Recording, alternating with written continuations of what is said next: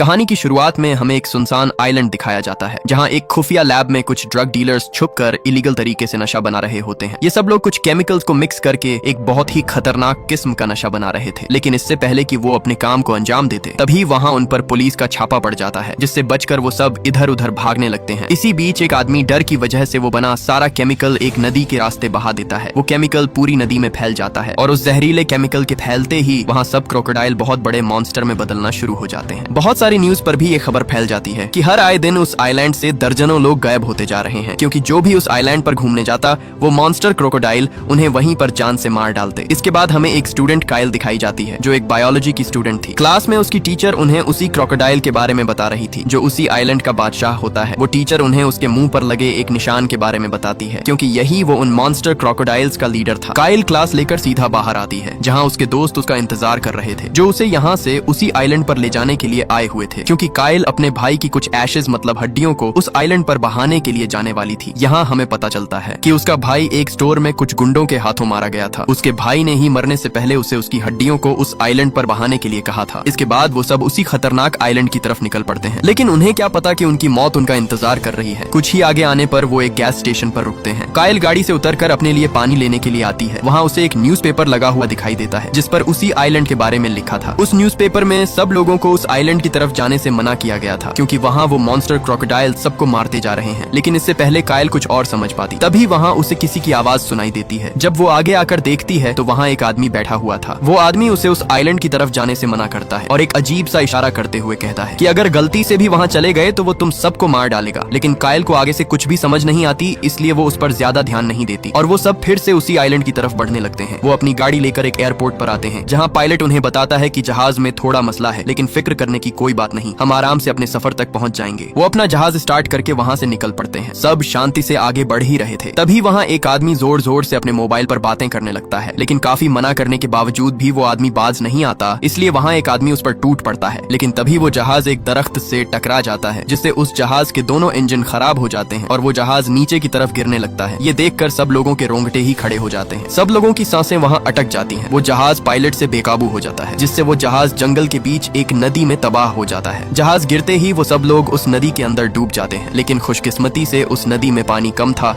और वो डूबने से बच जाते हैं। उनका वो जहाज पूरी तरह तबाह हो चुका था और अब वो यहाँ से बाहर नहीं निकल सकते थे। वो सब जैसे तैसे करके पानी से बाहर आते हैं। उस जहाज के गिरने के दौरान एक लड़की बुरी तरह जख्मी हो गई थी, इसलिए वो पायलट उसके जख्म पर पट्टी कर देता है। लेकिन तभी उसे एहसास होता है कि जहाज का को पायलट उनके बीच मौजूद नहीं है। वो उसे जोर जोर से चीखते हुए पुकारता है और इसी दौरान वो देखता है तो वो को पायलट पानी के बीच फंसा हुआ था। वो पायलट उसे निकालने के लिए उसकी तरफ भागता है, लेकिन इससे पहले वो उसे वहाँ से बचाते। तभी पानी के अंदर से एक बहुत बड़ा क्रोकोडाइल निकलकर उसे अपने अंदर निगल जाता है और उस पायलट को वहीं पर चीर फाड़ कर खा जाता है। ये देख डर से बाकी लोग उल्टे पैर वहाँ से बाहर आ जाते हैं। वो अपने सामने को पायलट को मरते देखकर अपने होश ही खो बैठते हैं, इसलिए सब लोग वहाँ से अपना सब सामान बैग में डालकर वहाँ से जाने का फैसला करते हैं। इधर एक लड़की एलिस को जंगल से कुछ आवाज सुनाई देती है। वो उस आवाज का पीछा करते हुए एक जगह पर पहुंचती है जहां ढेर सारे उन्हीं क्रोकोडाइल के अंडे पड़े हुए थे, क्योंकि उसे पता था कि इन अंडों की कीमत बहुत ज्यादा होती है। इसलिए वो लालच में आकर उन सब अंडों को अपने बैग में डाल लेती है। इसके बाद वो सब वहां से आगे बढ़ते हैं। आगे बढ़ते हुए उन्हें रात हो जाती है, इसलिए वो उसी जंगल के अंदर रुकने का फैसला करते हैं। लेकिन उन्हें क्या पता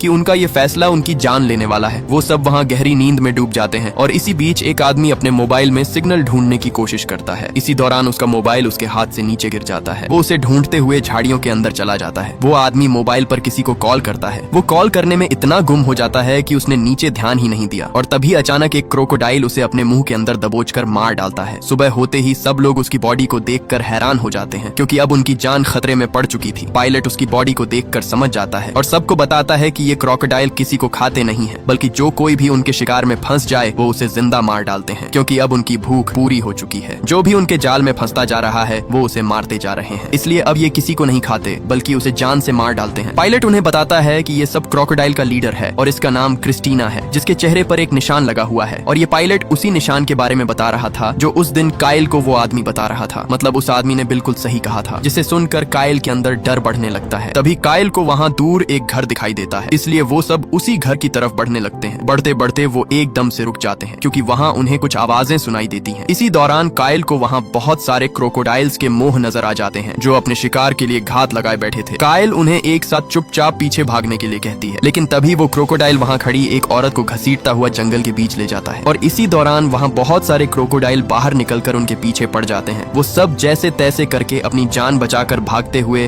सीधा उसी घर के अंदर घुस जाते हैं। वो जैसे ही अंदर जाते हैं पीछे से एक लड़की की टांग को वो क्रोकोडाइल पकड़ लेता है। वो सब भी किसी तरह करके उस लड़की को अंदर खींच लेते हैं और तुरंत उस घर का दरवाजा बंद कर देते हैं। लेकिन फिर भी वो मॉन्स्टर क्रोकोडाइल अपना जोर लगाकर दरवाजे से अंदर घुसने की कोशिश करता है। आगे से वो सब भी जल्दी से दरवाजे पर कुछ लकड़ियां रखकर उसे पूरी तरह बंद कर देते हैं और आखिरकार उनकी जान बच ही जाती है। बाहर वो क्रोकोडाइल उस औरत को चीर फाड़ कर खत्म कर डालते हैं। अब रात काफी हो चुकी थी इसलिए वो वहीं पर सो जाते हैं। सुबह होते ही वहाँ एक लड़का कायल को एक मैप दिखाता है जो उसे उसी घर से मिला था। वो उसे बताता है कि इस मैप के मुताबिक यहाँ से थोड़ी ही दूरी पर एक बिल्डिंग है। अगर हम वहाँ पहुँच जाएं तो शायद हमें कुछ मदद मिल जाए जिससे हम रेस्क्यू टीम को यहाँ बुला सकें। लेकिन कायल की वही दोस्त उसे मना कर देती है कि मैं नहीं जाना चाहती क्योंकि हमारे पीछे वो क्रोकोडाइल हाथ धोकर पड़े हुए हैं। अगर हम इस घर से एक कदम भी बाहर गए तो वो हमारे टुकड़े टुकड़े कर देंगे। आगे से वो पायलट भी उसे किसी तरह करके मनाता है कि हमें यहाँ से किसी भी सूरत बाहर निकलना होगा, नहीं तो हम सब यहाँ फंस जाएंगे और वो क्रोकोडाइल हमें एक के बाद एक जान से मार डालेंगे। लेकिन फिर भी वो लड़की उसे बाहर जाने से मना कर देती है, इसलिए वो पायलट सबसे वोट कराता है और ज्यादातर लोग यहाँ से बाहर जाने के लिए तैयार हो जाते हैं। जाने से पहले कायल उन सबको बताती है कि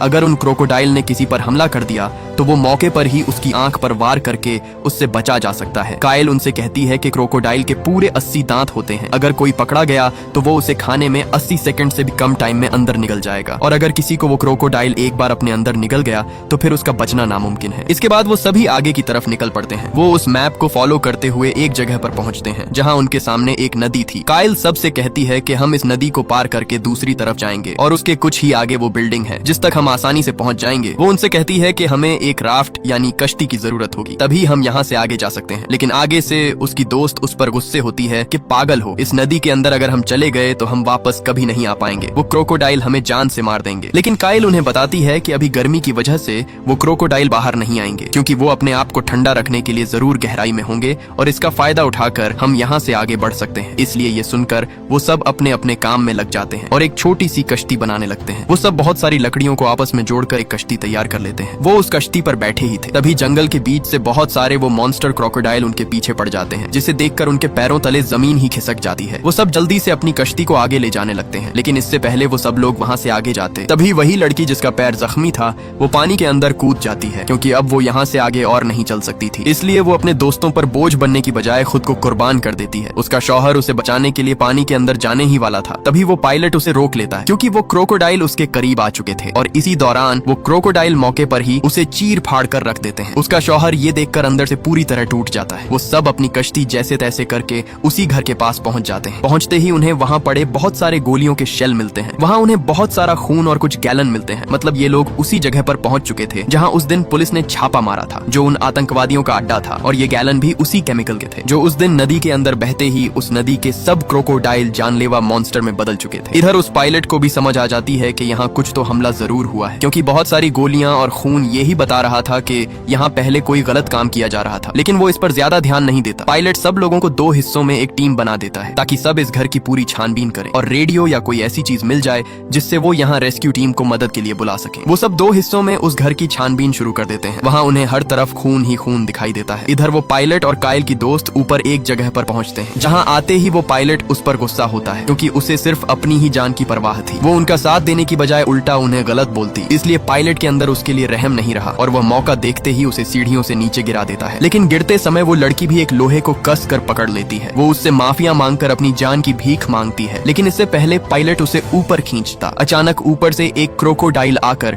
उस पायलट को अपने मुंह में बेरहमी से दबोचकर वहाँ से ले जाता है। वो लड़की वहाँ जोर जोर से चीखने लगती है जिसकी आवाज सुनकर बाकी दोस्त वहाँ पहुँच जाते हैं और जैसे तैसे करके वो सब उसकी जान बचा लेते हैं। वो सब एक जगह पर पहुँचते हैं जहाँ उसी जहरीले केमिकल में सब क्रोकोडाइल छुपे हुए थे। मतलब उन क्रोकोडाइल को वो केमिकल पसंद आ चुका था, यानी वो सब उस केमिकल के आदी हो गए थे जिसकी वजह से सब क्रोकोडाइल वहाँ छुपे हुए थे। इसी दौरान कायल को सामने कंट्रोल रूम दिख जाता है जहाँ रेडियो पड़ा हुआ था, इसीलिए अब वो सब उस रूम तक जाना चाहते थे क्योंकि उनके पास ये एक आखिरी मौका था इस खतरनाक जगह से बाहर निकलने का। लेकिन उनके आगे उनकी मौत उनका इंतजार कर रही थी। अगर उन क्रोकोडाइल को उनकी जरा भी भनक लग गई तो वो सब उनको जान से मार डालने वाले थे। अब उनके पास कोई और रास्ता भी नहीं था, इसलिए वो उस कमरे तक जाने का फैसला करते हैं। सबसे पहले कायल धीरे धीरे अपनी सांसें रोकती हुई आगे बढ़ती है। सब एक के बाद एक उस कमरे की तरफ आ जाते हैं, लेकिन आखिर में उनका एक एक दोस्त रहता था। वो जैसे ही आगे आता है वहाँ उसका पैर उन क्रोकोडाइल के रखे अंडों के घोंसले से टकरा जाता है, जिसे देख उसके पैरों तले जमीन ही खिसक जाती है, क्योंकि वो सब क्रोकोडाइल नींद से उठ चुके थे और अब वो उनकी खुराक बनने वाला था। जैसे ही वो पीछे मुड़कर देखता है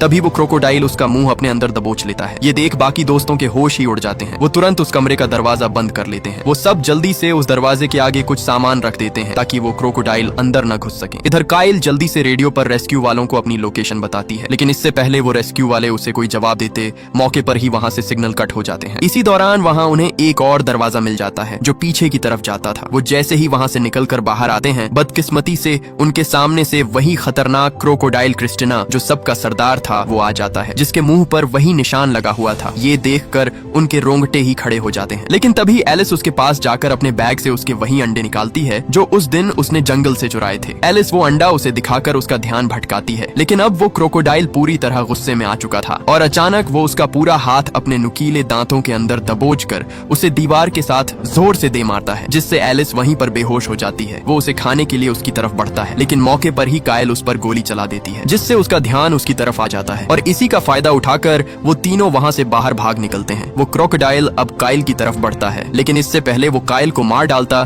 तभी काइल रेंगते हुए सीधा एक लकड़ी को उसकी आंख पर दे मारती है और वो क्रोकोडाइल अपनी आंख से अंधा हो जाता है, जिससे उसका ध्यान उसकी तरफ से हट जाता है। उस क्रोकोडाइल का ध्यान हटते ही काइल जल्दी से ऊपर रखा केमिकल नीचे गिरा देती है और मौके पर वो अपने लाइटर को जलाकर वहाँ केमिकल पर फेंक देती है, जिससे वहाँ आग भड़क जाती है और आग के भड़कते ही वो क्रोकोडाइल वहीं पर जलकर राख हो जाता है। वो सब जल्दी से भाग कर बाहर आते हैं। जैसे ही वो भाग कर आते हैं वहाँ उनके सामने वो रेस्क्यू हेलीकॉप्टर भी पहुंच जाता है। मतलब रेडियो पर उनकी आवाज सुन ली गई थी। उस हेलीकॉप्टर को देखकर उनकी खुशी का कोई ठिकाना नहीं था। इसके बाद सीन कट होता है और हमें काइल दिखाई जाती है जो अपने भाई की हड्डियां लेकर दूसरे आइलैंड पर बहाने के लिए आती है। वो उन हड्डियों को बहाकर बहुत खुश होती है क्योंकि उसके भाई की ख्वाहिश पूरी हो चुकी थी। मूवी खत्म होने के बाद हमें वही खतरनाक आइलैंड बेओ दिखाया जाता है, जहाँ उसी घर के अंदर अभी भी वो पायलट जिंदा था। मतलब खुशकिस्मती से वो उस क्रोकोडाइल से बच निकला था, लेकिन क्रोकोडाइल के काटने पर वो बहुत ज्यादा जख्मी हो चुका था। और ये मूवी यहीं पर एंड हो जाती है। अगर ये वीडियो आपको अच्छी लगी तो इस वीडियो को लाइक और हमारे चैनल को सब्सक्राइब कीजिएगा।